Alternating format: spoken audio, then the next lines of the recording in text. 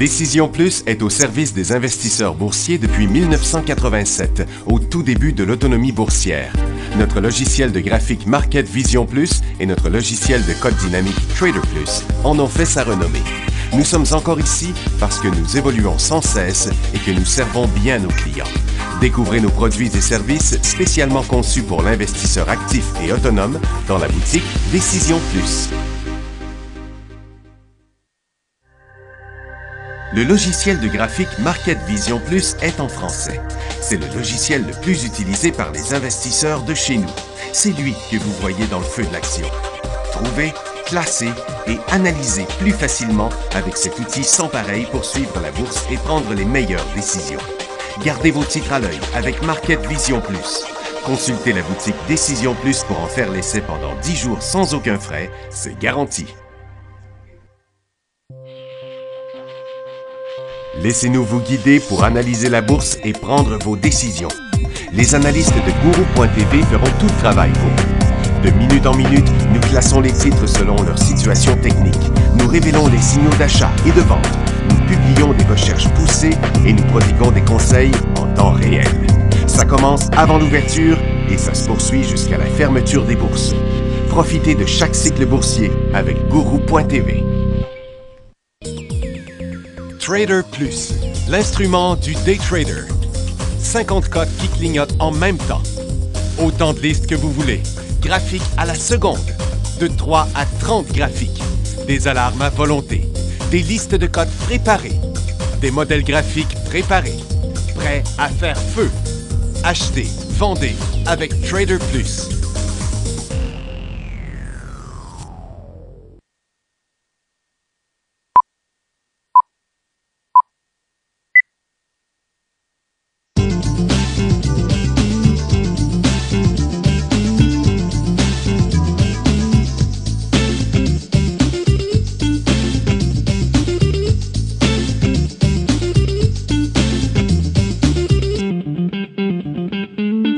Bonjour tout le monde, bienvenue dans le feu de l'action mardi 5 avril 2016. Les marchés sont en correction, pas de manière trop grave, mais ça suit pas mal son chemin. Là. C'est, en fait, la glissade du pétrole hier a lancé une petite douche froide là, sur le marché. Et les mauvaises données en Allemagne ce matin n'ont rien amélioré. Il n'y a pas de crash, il n'y a pas de grosse dépression. C'est juste que c'était plafonnant. On avait atteint des niveaux. Les marchés étaient remontés avec un peu de l'anticipation, un petit peu d'espoir au cœur, mais vous voyez, c'est la direction qu'a pris le pétrole là, qui a engendré un peu tout ça. Vous voyez, ce matin, ça n'a pas accéléré quand même. C'est légèrement positif là, actuellement, mais c'est parce que ça demeure un cycle baissier. Donc, c'est pas très fort à la baisse, mais le momentum haussier est complètement mort là, pour l'instant. Ce qui tombe le plus, c'est les titres financiers américains. Puis encore là, ça a beaucoup rebondi dans les dernières minutes. Donc, on commence avec le dollar américain là, qui, au départ, a rebondi aujourd'hui. Mais pour revenir encore à la case départ, donc c'est très peu volatile le dollar américain présentement et ça fait 2 fois qu'il s'essaye de faire une remontée dans un cycle haussier, mais les acheteurs ne tiennent pas. Donc, il n'y a pas d'acheteurs sur le dollar américain. Là, c'est peut-être présage qu'on va avoir un deuxième cycle baissier en ligne ici, là, sans avoir eu aucun rebond. Comme ça s'est passé ici dans les 2 premiers coups. Là. On pourrait avoir une autre baisse du dollar américain. Une grosse baisse serait favorable pour l'or. C'est justement pourquoi les titres aurifères montaient un matin. Le président de la Banque du Japon, il dit que le taux directeur peut aller fortement du côté négatif. Ben, c'est comme une copie de ce que les autres font. Le marché de Nikkei est vraiment en chute. Là. Le yen japonais est en feu, mais le Nikkei, lui, est en forte chute. La bourse de Chine a inversé sa formation neutre et est passée en cycle baissier. À Londres, on est écrasé sur le creux qu'on a testé plusieurs fois pendant le mois de mars. Et comme on peut le voir ici, du côté du SPY, du côté de Nasdaq, c'est de la correction. Ça inverse pas la tendance haussière, mais ça met un frein à tout cycle haussier. Le marché n'est pas parti par là, il s'en revient vers son support. Donc, plus il descend, plus on annule le dernier cycle haussier. C'est la même chose pour le Dow Jones, c'est la même chose pour le SPY, c'est la même chose. Le TSX, c'est même un peu pire encore parce qu'on est ici sur le point d'inversement, si on décroche par là. En Allemagne, les commandes manufacturières sont en baisse de 1,2. C'était ça, la mauvaise donnée là, en Europe. On va faire quelques résultats financiers. Darden Restaurant est en baisse. Pourtant, ils ont eu une scène de plus, 6 d'augmentation des revenus, mais le titre est en baisse. Donc, les prévisions devaient être meilleures, probablement. Nova Gold rebondit, mais c'est ce que les titres aurifères font aujourd'hui. Parce qu'il y avait moins 2 cents, puis là, ils ont eu moins 3 cents. Donc, ils ont fait une perte pire que ce qu'ils attendaient. Pas vraiment beaucoup, mais quand même. Hudson Bay attendait 94, a eu 79. Donc, c'est beaucoup moins bon, mais le titre était en hausse ce matin. Je n'arrivais pas à comprendre pourquoi. 16 de baisse des ventes. Allergan a planté, lui, assez raide parce qu'ils sont basés en Irlande puis ils prévoient fusionner avec Pfizer. Mais il plonge parce que le département du Trésor affirme qu'il a publié des nouvelles règles pour lutter contre l'inversion fiscale, c'est-à-dire des compagnies qui foutent le camp ailleurs pour payer moins d'impôts.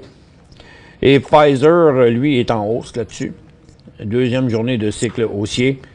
Puis ça, la prochaine nouvelle, c'en est une bonne. Moi, elle me plaît, cette nouvelle-là, à cause, vous savez tous, que je suis très impliqué dans ARES, Interactive Media, une technologie qu'on a développée dans les 6 dernières années. Et puis ce genre d'affaires-là, ça me dit qu'on a misé juste. D'ailleurs, juste avant l'émission, c'est le fun, on est en train de bosser des grosses affaires, puis c'est vraiment le fun. On a quelque chose entre les mains qui est unique sur la planète. Et puis quand je vois cette nouvelle-là, Twitter qui a gagné les droits de diffusion, bien, il y avait Twitter, Facebook, Yahoo, puis plein d'autres. L'année passée, Yahoo a acheté une game de la NFL. Puis là, la NFL, ils ont décidé qu'ils voulaient y aller plus sur Internet. Donc, la NFL, ils ont mis à vendre les droits de diffusion du Thursday night, du jeudi soir. Parce qu'ils ont dit, là, on va aller plus sur Internet. Puis il y en a plein qui ont bidé là-dessus, puis c'est Twitter qui a gagné ça. C'est bizarre pareil. Tu sais, Twitter, c'est un tweet, c'est une affaire. Mais, qu'est-ce qui arrive? C'est qu'ils ont bien du monde qui écoute ça. Moi, je connais du monde qui, quand ils écoutent la TV, ils écoutent en même temps, pas moi, là, mais il y en a qui écoutent la TV, il y en a qui vont se reconnaître.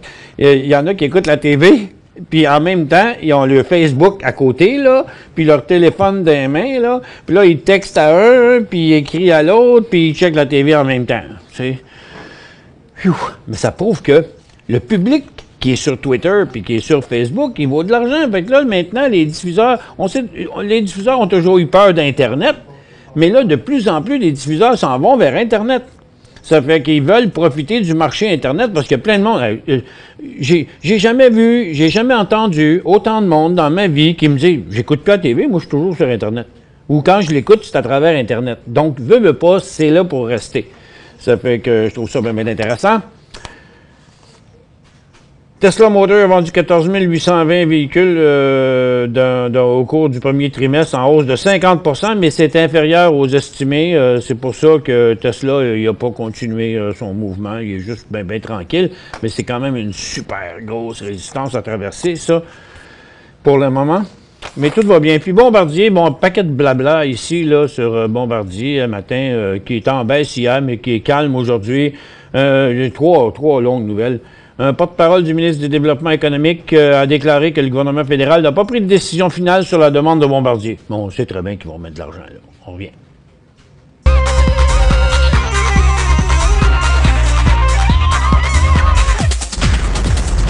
Mais checkez bien la passe. Selon la proposition de Québec, si Ottawa correspond à la contribution de la province, donc autrement dit, si Ottawa met le même argent que Québec a mis dans Bombardier, les deux gouvernements vont détenir chacun un tiers des participants des participations de la série C. Donc, autrement dit, Bombardier va avoir un tiers de la série C, puis le Québec puis le fédéral vont avoir chacun l'autre tiers. Drôle de ménage à trois, pareil. Et puis, donc, le programme de jet en difficulté ne sera plus dans les livres de Bombardier. Puis ça, ben, ça va rendre ces états financiers beaux, parce qu'ils ont transféré deux tiers du problème au gouvernement, qui en avait pas assez d'ailleurs, le gouvernement de problème. Il a décidé d'en prendre plus. Et puis, mais dans la réalité, on sait très bien que... En tout cas, on verra bien qu'est-ce qui va découler de ça. DragonWave a annoncé le lancement de son offre de service HarmonyCare qui va fournir du soutien à plus de 400 000 unités. On sait que DragonWave, il est en feu. Puis même aujourd'hui, il était encore hot. Il a bougé quand même pas mal.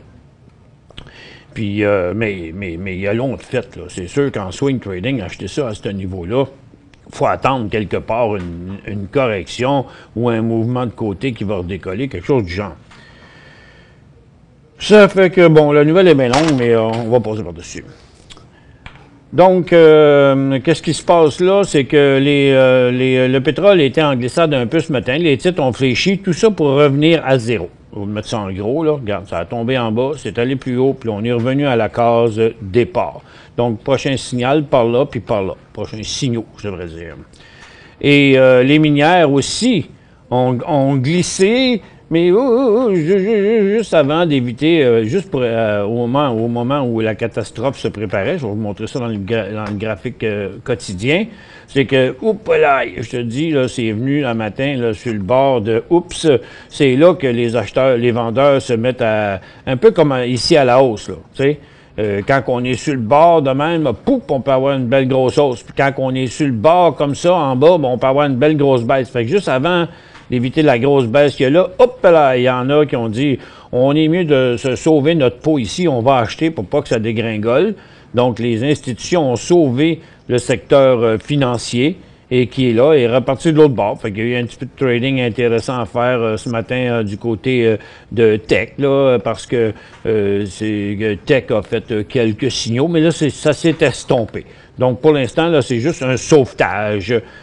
Et puis, donc, le pétrole est toujours flat là, pour la journée, mais avait quand même glissé. Le gaz n'a jamais donné suite à son mouvement d'hier. On revient encore à la case départ dans la formation neutre. Puis les titres qui sont pas aussi faibles que le pétrole sont quand même un petit peu glissants. Bon, pour l'instant, je pense qu'on doit abandonner, c'est un mauvais terme, éviter le secteur énergie, puis sur toute accélération nouveau bas, je suis d'avis qu'on devrait réduire quand même les positions dans ça.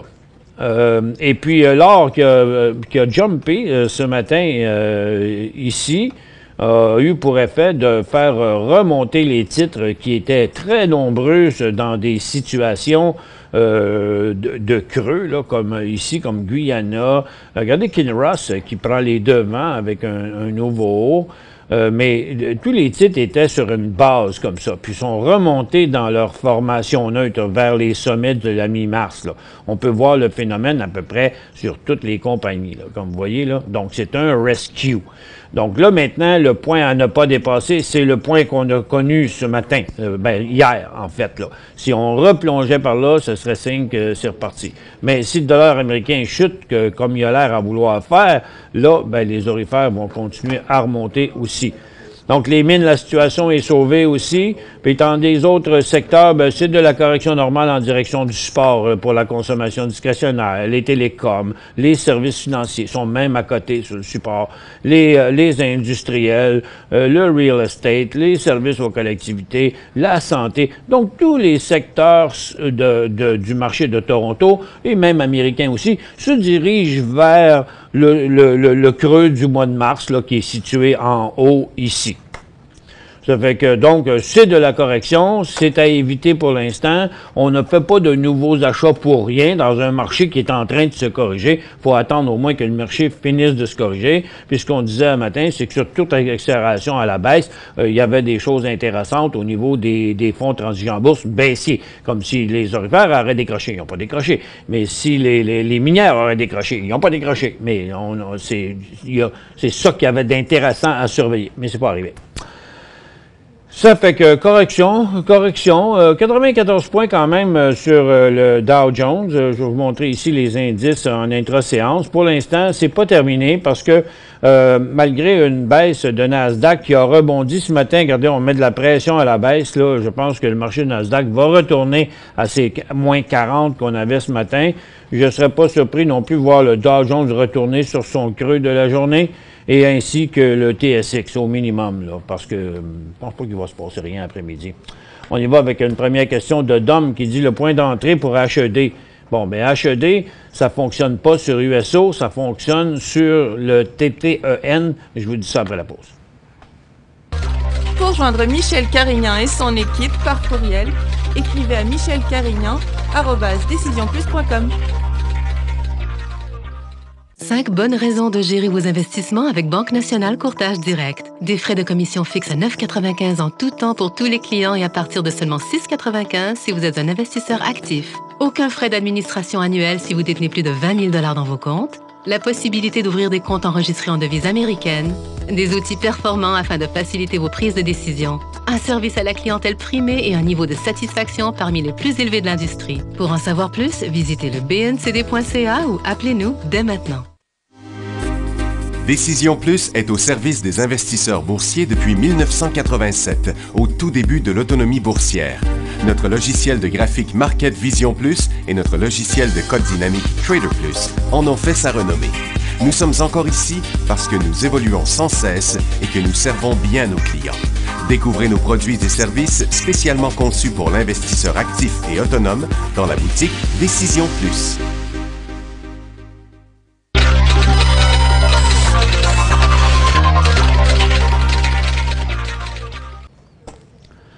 Bon retour, mesdames et messieurs. Juste envoyer une petite affaire ici et on va aller comparer ça les deux. Bon, voilà. TTEN. Bon, comme ça. Ça, c'est l'indice TTEN, l'indice des titres pétroliers de Toronto. HED va à l'envers de ça. Donc, c'est normal que lui est à une résistance ici, prête à décoller en haut, tandis que TTEN, lui, est à son support sur le point de décrocher en bas. En théorie, on aurait dû, c'est parce que j'ai fait ma ligne un petit peu rapidement, là, lui ici, il a passé sa résistance comme TTEN a passé son support. OK? Donc, le point d'achat pour HED, c'est c'est là, sur un nouveau haut seulement. Mais à court terme, parce que moi, j'ai pas de si confiance que ça que le pétrole redescende à 25 $, là, 26 $ ou 30 ou 27 $, là. Et, mais c'est pas moi qui est là-bas au meeting avec tous les pays producteurs. Ça va dépendre. Qu'est-ce que eux autres vont faire? Mais je pense qu'il faut garder le feeling déjà par le signal d'hier, il y a des gens qui ont peut-être pris des positions dans HED.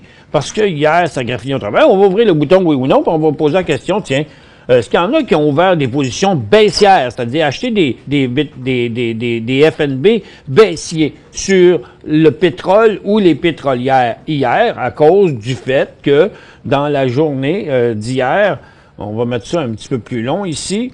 Regardez, dans la journée d'hier, à un moment donné, ça partit par en bas. Donc, puis ça se passait à la hauteur du support. Donc, peut-être que des gens ont pris position. Donc, c'était déjà dans ces conditions-là. Par contre, il faut faire attention. Ça peut se mettre à rebondir bien rapidement. Donc, toute position à la baisse là qu'on achète, il faudrait être prêt à sortir si le mouvement s'inversait. Donc, ceux qui... mais HED a remarqué que quand on regarde ça dans un graphique en 5 minutes, là, c'est pas quelque chose qui a de la grosse volatilité, le HED, parce que il se trade pas beaucoup. Regarde, le nombre d'actions hier, c'est 47 000. Donc, en day trading du HED, c'est pas fort parce que c'est pas liquide. Et des fois, il y a même pas... Il y a toujours un bid and ask, mais souvent écarté, comme il l'est là d'ailleurs dans le moment. Ça fait que, moi, je préfère HOU, HOD que HEU, HED, justement à cause de son faible volume. GEN, Toronto, un achat. GEN, c'est Gene News. Puis maintenant, son dernier signal d'achat, il y en avait eu un ici le 28 mars, il y en avait eu un ici le 31 mars. Là, présentement, il a l'air d'avoir atteint un creux. On va le mettre en 15 minutes pour le voir mieux. Donc, la tendance, vous voyez, le titre est revenu pendant toute son escapade. Ici, là, cette ligne-là demeure toujours la même. Là. Puis, bizarrement, vous voyez, ça revient. On voit ça régulièrement. Là, c'est un grand classique. Donc, maintenant, oubliez la patte qu'on voit ici. Là, ça, c'est cette patte-là là, qu'on voit là, là. Donc, là, on est dans une phase neutre. Le point d'achat, 20 cents. 20 cents, 21 cents. Analyser RNX. C'est Surge. RNX. Oh, TransAlta Renewables. Bon, c'était quoi le résultat? 9% des répondants qui ont acheté des... donc, vous les conservez, hein, parce qu'il est toujours à la baisse. Tant que ça ne s'inversera pas, ça ne virera pas de bord. N'oubliez pas de passer à la caisse dans son prochain drop à la baisse, là, parce que vous êtes déjà dedans. Ensuite, donc, on voit ici TransAlta Renewables. Au départ, il faut que je descende ce gros volume-là qui nous cache tout, là. C'est pas le bon. RNX. Ah, bon. Pareil, on va le continuer pareil. C'est poche d'enlever ça à quelqu'un. Il y a quand même proche de donner des signaux. Là. Prochain signal, mais ça y prendrait un volume de plus de 500 000. Merci de m'avoir dit que j'avais pas le bon titre. Bon, RNX, on l'a fait tantôt, non? Oh non, Royal Nickel. Mais c'est la même affaire que l'autre. Pareil comme l'autre qu'on a parlé tantôt. Lui, il est dans sa première tendance. C'est sûr qu'ici, il y a eu une pleure de banane. Là. Ceux qui étaient là-dedans, quand il a traversé ici, il y avait un signal de vente. Ici, il y avait eu des signaux d'achat. Puis là, ça aurait pu être aussi pris pour un signal d'achat parce que c'était une reprise après une correction. Puis ici, il y a un signal de vente. Donc, de toute évidence, là, ceux qui auraient acheté ici et vendu là, dites pas l'analyse technique, ça marche pas. Non, ça, c'est un signal qui n'a pas marché. C'est pas l'analyse technique, c'est un signal qui n'a pas marché, puis c'est le risque à prendre. Mais on sait que nos pertes sont jamais plus grosses que ça, de là à là. Parce qu'au départ, il y a un support ici. Si tu achètes en le décollage, tu vends quand il brise. Là, il est où le signal d'achat? Ben là, on ne le voit pas. Il n'y en a pas. Il faut attendre qu'il nous donne une formation claire et nette, puis que ça reprendra quelque chose comme... ça pourrait être, à force de s'en aller par là, mais je peux pas aller en avant avec ce graphique-là. Ça va ressembler aux alentours de 28-30 cents, probablement, mais il est un peu tôt encore pour le dire. Analyser ARC, A-R-C. C'est pas le bon, hein? A-R-C. C'est-tu le bon? Non, c'est pas le bon. Ça doit pas être celui-là, certain. Ça doit être américain, ça, plutôt. Jérémy. Ça se peut-tu? ARC, c'est Ariane. En tout cas, il n'y a pas grand-chose à dire. C'est presque mort. Peut-être que c'est sur le marché américain. Peut-être lui. Je ne sais pas. Vous savez, les mêmes symboles se retrouvent sur le marché américain et canadien. En tout cas, si c'est celui-là, c'est le temps de sortir. SJ. Toujours mieux de marquer c'est quoi le marché aussi. SJ Stella Jones. C'est-tu un achat? Il y a 2 jours, regardez ici, il y a 2 jours, on aurait pu dire oui. Donc, premièrement, aujourd'hui, le marché n'est pas favorable. Il y a 2 jours, là, il faisait un beau mouvement ici. Quelqu'un aurait dit, est-ce que c'est un achat là? J'aurais dit, OK, c'est pas pire. Pas extraordinaire, parce que je trouve pas, là, tu sais, c'est pas des nouveaux hauts. Le potentiel est là, jusqu'à 50$, mais ça n'aurait pas été le signal du siècle. Même s'il a monté la veille, puis qui est encore plus haut aujourd'hui. Regardez, ça s'est passé sur des volumes de même. C'est pas vraiment un beau cas.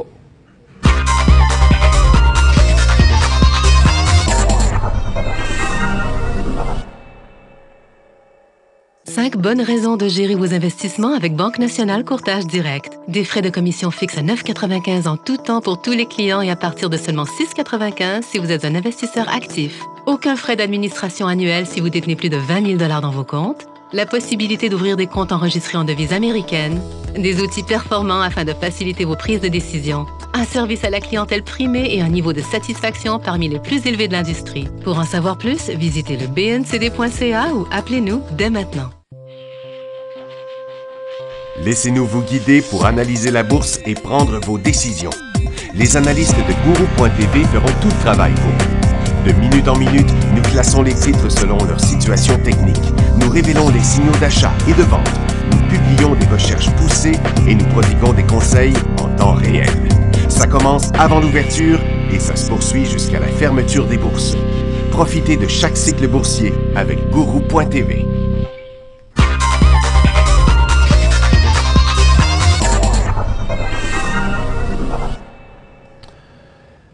Bon retour, mesdames et messieurs. La question ici de M. X. M. X. Billet à Toronto, est-ce un prix pour entamer une position longue sur moyen terme? Bien, écoutez, ça dépend de la manière dont on voit les choses. Pour moi, non, absolument pas, parce que on aurait... Puis même là, pour moi, là, ça commence par du court terme, puis même dans certains cas, du très, très court terme. Puis après, mais si ça continue bien, ça devient du moyen terme. Puis si ça continue bien, ça devient du long terme. Mais quand, à court terme, ça s'en va par en bas, quand, à moyen terme, ça s'en va aussi par en bas, regardez, ça suit une pente comme ça. Donc, on s'en va par là, dans une pente comme ça. Non. Si on s'arrête, acheter ici, s'arrêter comme acheter là, ou acheter là, ou acheter ailleurs. Imaginez-vous, on serait rendu là. Non, là, c'était sur le bord de devenir bien hot. C'était parti par là, ça aurait été complètement à l'extérieur de la tendance. Ça aurait montré vraiment un revirement de l'offre et de la demande. Mais c'est pas le cas, là. Là, c'est l'offre qui augmente. Parce que, regardez, les volumes sont forts à la baisse. Donc, trop risqué, à mon avis. Trop risqué. Au minimum, s'il revient ici, dans du court terme, puis qu'il rebondit, oui. Que penser de PSG Toronto? Performance Sport. Ben, il ne porte pas bien son nom. Hein. C'est que la performance est assez piètre, que je pourrais dire. Parce que là, comme c'est là, il a passé à travers la glace, puis il est assis au fond de l'eau. Tu sais, il ne se passe pas grand-chose dans ça. Et ça a l'air même extrêmement menaçant, cette affaire-là. HOU, une formation en épaule. Comme ça. HOU.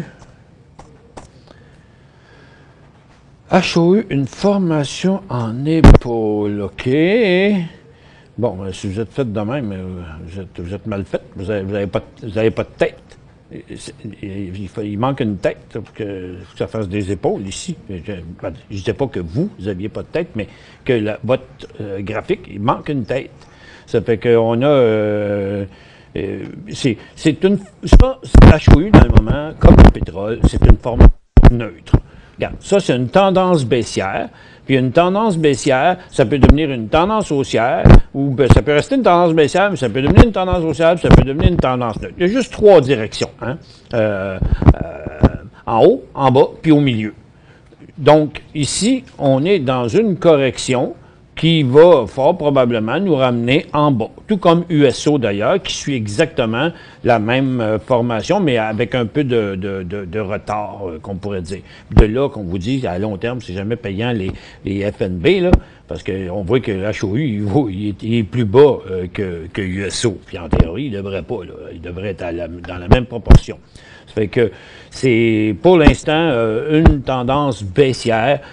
Puis moi, ce que je voudrais, c'est que vous voyez ça comme tout simplement un cycle qui descend, qui sera intéressant rendu au point où les vendeurs ont arrêté de vendre à 3 reprises. Puis s'ils arrêtent de vendre encore là, on peut préventivement acheter une position qu'on va voir remonter. Mais que si elle réfléchissait par en bas, il faudrait sortir. HVU plancher ou non? Bien, ça va avec le SP500. Pour le moment, comme on a atteint un sommet puis on est en train de redescendre, bien, lui, il a atteint un creux puis il est en train de remonter. Parce que HVU, qui est encore un autre ETF, fait l'inverse de ce que notre SPY a fait. Donc, le SPY a atteint un sommet, ici, il redescend. Donc, HVU, lui, a atteint un creux, puis il redescend. Alors, remarquez que HVU avait été plus bas sans que le SPY ait été plus haut. OK? Encore une fois, c'est sur le long terme, les ETF perdent des plumes, même si on sait qu'ils sont supposés suivre l'autre valeur. Parce que il y a des frais associés à ça qui sont déduits de la patente aussi, qui fait que... sur une journée, c'est sûr, il y en a un qui bouge de temps, l'autre bouge de temps. Sur une journée, ça paraît pas. Mais sur plusieurs mois, c'est pas recommandé. Ah, mais si vous êtes pendant plusieurs mois dans un ETF qui s'en va dans la bonne direction, là, on s'en fout. Mais s'il ne fait rien, ben, il va perdre plus que sa valeur de refuge. Jean Coutu, est-ce un achat? Non, il n'est pas là, Jean Coutu. Jean Coutu, il est ici. PJC.A. Non, c'est pas un achat. Ça aurait pu être un achat à très court terme au début de son cycle ici, mais là, il n'y a pas de son cycle aller-retour, là, maintenant. Quand un cycle est revenu complètement à son point de départ, il n'y a plus de cycle haussier, ça devient une tendance neutre. Puis il y a fort à parier qu'il va atteindre son support ici. Pour l'instant, il est à éviter. Il serait intéressant seulement si Jean Coutu il arrêtait de descendre à ce niveau-là, qu'il s'en allait de côté comme ça, puis que là, il recommencerait avec un nouveau cycle haussier ici. Là, on pourrait dire, OK, il y avait un support ici, ici, ici, puis ici. Donc, ça, c'est sa tendance. Donc, on peut embarquer là, cette journée-là. Bon point d'entrée pour acheter HOD aujourd'hui, 4 avril, mais on a répondu ça tantôt. Puis on est le 5. Puis hier, oui, la réponse était oui. Encore aujourd'hui, mais il faut être prêt à sortir de là si ça s'est inversé de l'autre bord, parce que c'est un peu de la dynamite de ce temps-ci. C'est plus risqué de jouer à la baisse quelque chose qui est rendu bien bas. OK? N'oubliez pas ça. Merci tout le monde d'avoir été avec nous. On se retrouve demain dans le feu de l'action à 11h30.